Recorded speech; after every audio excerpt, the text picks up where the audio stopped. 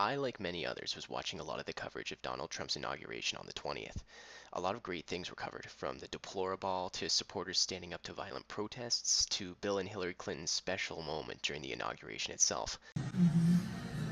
And of course they're alongside the Clintons as they watch this moment. It's not always been easy. Oh no, he Obama, didn't. as First Lady, she's talked about some of the constraints, and they say they're looking for not only to sleeping in. I watched one video recently from Rebel Media in which Lauren Southern talks to two men from Slate magazine around the time of the deplorable. I wanted to examine some of the arguments these men put forward, as a number of the things that they said were just incorrect. So do you know what percentage of Muslims are terrorists? No, but I know there's a large percentage that are quite radical. Very small. Of course, very small terrorism. Firstly, this guy says that the percentage of Muslim terrorists is very small. If we look at the studies that have been done on support for ISIS in Muslim countries, we can see that there is actually quite a bit of support for the terrorist group, according to various sources collected by The Independent in 2015, especially in Syria. Another study done by the Arab Center for Research and Policy Studies shows similar numbers, and also shows that there is a portion of Syrian refugees who strongly support ISIS, around 4% of those surveyed. This has been a major issue in Canada, as we have accepted almost 40,000 refugees to date, and only 1 in 5 are screened, according to Kelly Leach. Now, 4% is a deceiving number. It does not take many extremists to commit an act of terror. In fact, it only took 9 men to carry out the terror attacks in Paris in 2015, which killed at least 130 and injured over 300 more. Support Sharia?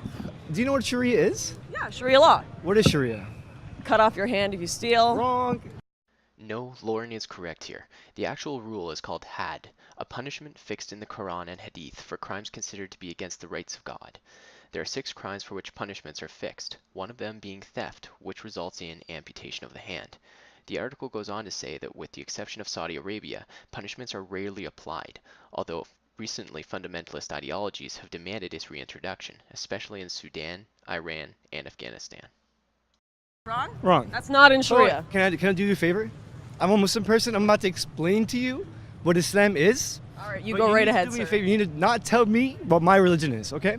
Sharia is the interpretation, right? It's the act of interpreting something. When you take the Constitution and you're constantly reinterpreting it into law. Sharia law. Sharia law. I'm explaining it to you. You don't have to cut me off. That's fine. What I'm saying is the act of a person, taking the Quran or the Hadith, interpreting it and turning it into law, the result is called Sharia law. This also appears to be incorrect according to Sharia law as understood by the Islamic Supreme Council of America, which says, Islamic civilization since the time of Prophet Muhammad until now is firmly founded on the concept of rule of law. For that reason, the law is published and known, and citizens and courts are expected to uphold it. In addition, Muslim citizens must adhere to Islamic law, Sharia. If a Muslim citizen commits a religious violation, he is judged according to Islamic law. So when you look at Indonesia, who has Sharia law, and you look at Saudi Arabia, also has Sharia law, they're very, very different. Indonesia elected 2 different female heads of state. In Saudi Arabia, women can't drive. So when we're going to try to talk about sexism in the Islamic world, we need to be critical of the people who are participating in it and not just condemning the billions of people. That's where the bigotry comes in. The application of the law has been subject to the discretion of scholars and judicial systems of the countries or communities in which they are applied. When he talks about the fact that Indonesian interpretation of the law is different than that of Saudi Arabia, he points out the fact that there are different countries that choose to enforce the Islamic laws to a different extent than others. But this doesn't make Sharia law subjective. They are fixed in the religious texts and are there to be utilized if deemed valid. In fact, punishment for many crimes by ISIS are very similar to those of Saudi Arabia.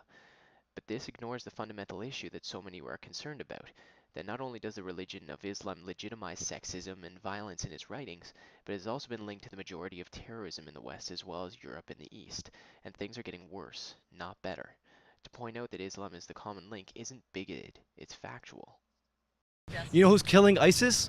Muslims. They're being fought by all fronts by Muslims. So when you have people say the problem is Islam, the identifying factor that you can use to contribute to your conversation or your targets and trying to figure out who the bad guys are, is that they're all just Muslims, or most, like you just said. That what does that make you? A bigot, right?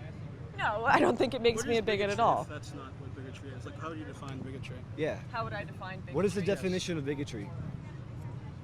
I think having hate without any reason.